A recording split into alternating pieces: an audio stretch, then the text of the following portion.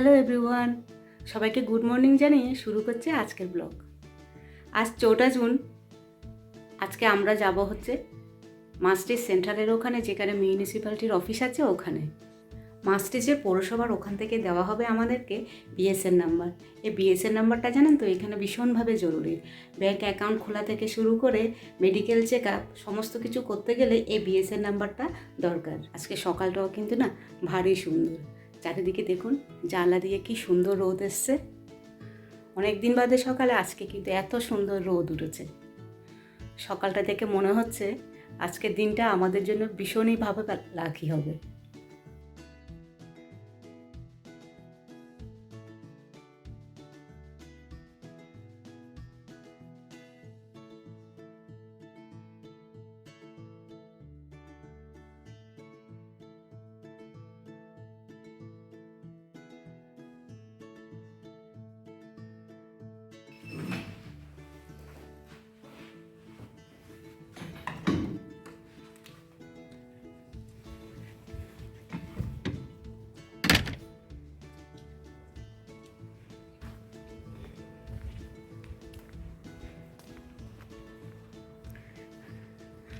দুগ্গা দুগ্গা করে বাইরে বেরিয়ে পড়েছি।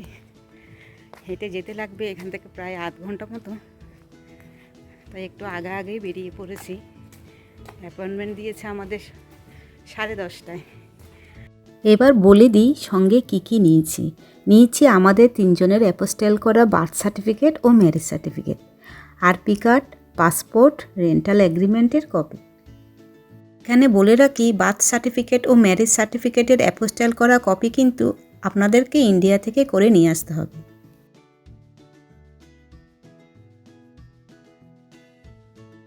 সব মানুষের শখ থাকে না যে গঙ্গার পাড়ে তার একটা বাড়ি হবে। আমাদের বাড়ি না হলেও আমরা একটা রেন্ট পেয়েছি। সময়ে অসময়ে সে গঙ্গার পাড়ে হাওয়া খেয়ে যাওয়া যাবে। আসলে আমরা থাকি মাস্ট্রিচের মুসেলিনা এরিয়াতে, যার পাশ দিয়ে বয়ে গেছে এই মুসে নদী, যার নামেই এই শহরের নামকরণ করা হয়েছে। যে কোনো কাজে এর পাশ দিয়ে হেঁটে যেতে আমার কিন্তু বেশ লাগে। এই নদীটিকে দেখি আর ভাবি আমার দেশের নদীগুলো কতটা পলিউটেড। অ্যামস্টারডামের পর এই মাস্ট্রিচেই কিন্তু নেদারল্যান্ডের দ্বিতীয় বৃহত্তম পুরনো শহর। এর লোকসংখ্যাও কিন্তু কম নয়, অথচ শহরের সঙ্গে সঙ্গে এর নদীটিও কী সুন্দর পরিষ্কার আর পরিচ্ছন্ন।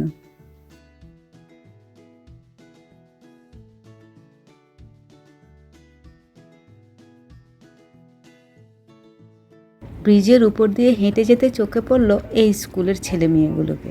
মনে হয় স্কুল থেকে এদেরকে এখানে কোনো এক্সকারশনে নিয়ে আসা হয়েছে। আর যেতে যেতে চোখে পড়ল এই পারফিউমের দোকানটিকে। দোকানের পাশ দিয়ে কি সুন্দর পারফিউমের গন্ধ বেরোচ্ছে।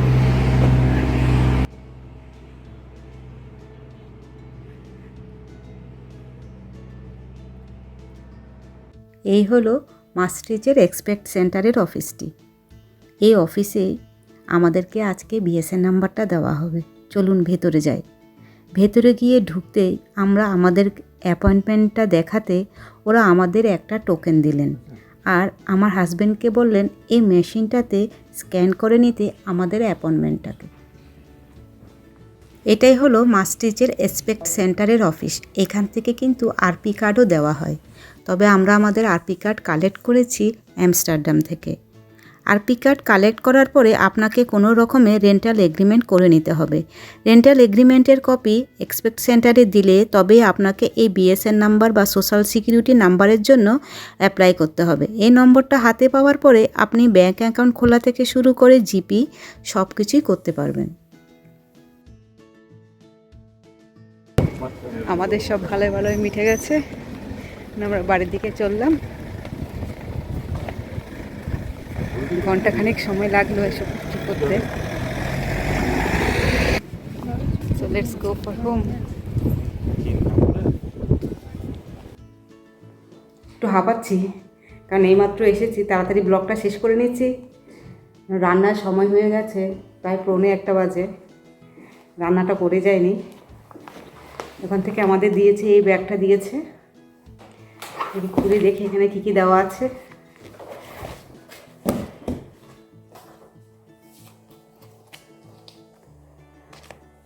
এখানে তো সাইকেলিংটা ইম্পর্টেন্ট, তাই সাইক্লিং কীভাবে করতে হবে রোড ম্যাপটাও আমাদের দিয়ে দিয়েছে। একটা পেন দিয়েছে, একটা প্যাডও দিয়েছে। দিয়েছে সেই দিনের একটা নিউজ পেপারও। আচ্ছা, এটা নেদারল্যান্ডে যেখানে কোথাও বেড়াতে টেড়াতে গেলে কীভাবে যাবে তার অ্যাক্সেস এগুলো সব দিয়েছে।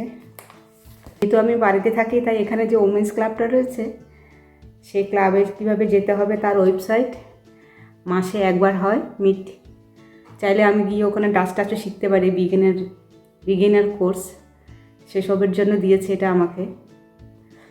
আর এখানে মিউনিসিপ্যালিটির বিভিন্ন যে রুলস অ্যান্ড রেগুলেশনগুলো রয়েছে সেটার জন্য এখানে বইটা বলেছে আমাদেরকে একটু ভালো করে পড়তে। আর এখানে উনি দিয়ে দিয়েছেন জিপির, এখানে লোকাল যে জিপিটা রয়েছে সেই জিপির কন্ট্যাক্ট। মেয়েকে জিজ্ঞেস করেছে সে এখন কি করতে চায়, ও বললো সুইমিংটা শিখবে, তাই সুইমিংটা কোথায় করবে তার কন্ট্যাক্ট নাম্বারও এখানে উনি লিখে দিয়েছেন। এখানে উনি অনেকগুলো হেল্পফুল জিনিস আমাদেরকে বলে দিয়েছেন। এক্সপ্রেস সেন্টারের ওখানে যেসব যিনি আমাদের কাজগুলো করছিলেন উনি ভীষণ হেল্পফুল। আমার হাজব্যান্ডের কোয়েরি ছিল আমাদের ওখানে যেহেতু এখন ডিজিটাল ড্রাইভিং লাইসেন্স রয়েছে সেহেতু এখানে লাইসেন্স পেতে কোনো অসুবিধা হবে কি না। একটা মজার ব্যাপার হলো কি জানেন, ওনাদের কিন্তু এই আমাদের দেশের ডিজিটাল ড্রাইভিং লাইসেন্সের ব্যাপারটা বেশ পছন্দ হয়েছে। বললেন আমাদের দেশেও তো এটা শুরু করা যেতে পারে। তা ওখানে হয়ে যাওয়ার পরে আমাদেরকে পাশে একজন ডেস্কে বসে আছেন, আমাদেরকে ওখানে পাঠালো। উনি আমাদেরকে সমস্ত কিছুই বলে দিলেন। মাস্টিচে থাকতে হলে এখানকার পৌরসভার যেসব নিয়মকানুনগুলো রয়েছে, যে ট্র্যাশগুলো কোথায় ফেলবো আমরা, তার নিয়মকানুনগুলো বলে দিল যে কোথায় কী জিনিস আমরা ফেলবো, না হলে এখানে কিন্তু পৌরসভার স্ট্রিক্ট রুলস আছে যার জন্য আমাদের ফাইন হতে পারে। এখানে যে গার্বেজগুলো আমরা ফেলবো সেগুলো যে একটা পৌরসভার যে একটা ব্যাগ আছে, স্পেশালি একটা ব্যাগ আছে, সেই ব্যাগটা আমরা কোথা থেকে কিনবো এগুলো উনি আমাদেরকে বলে দিলেন। নেদারল্যান্ডে এসে এই জিনিসটা আমার ভীষণ ভালো লেগেছে। এখানকার অফিসিয়াল কাজকর্ম যেগুলো যেখানে হয় ওরা কিন্তু ভীষণভাবে হেল্পফুল। ওরা ইংলিশে কমিউনিকেট করে, যেটা আমাদের জন্য ভীষণ দরকার। এবং উনি আমাদেরকে বলে দিলেন যদি আমরা ডাচ শিখতে চাই কোথায় গেলে ডাচ কতগুলো ফ্রি কোর্স আছে যেগুলো চাইলে আমরা করে নিতে পারি। তো যাই হোক, আজকের এক্সপিরিয়েন্সটা ভীষণ ভালো ছিল। আমরা আমাদের বিএসএ নাম্বারটা বললেন যে এই সপ্তাহের শেষে না হলে নেক্সট উইকের ফার্স্টে চলে আসবে। আর যদি না আসে তাহলে একটা কন্ট্যাক্ট নাম্বার দিয়েছে, ওখানে আমরা চাইলে কন্ট্যাক্ট করতে পারি যদি না আসে। তো যাই হোক, ব্লগটা আমি এখানেই শেষ করছি। দেখা হচ্ছে খুব শিগগিরই আগামী ব্লগে। ততক্ষণের জন্য বাই।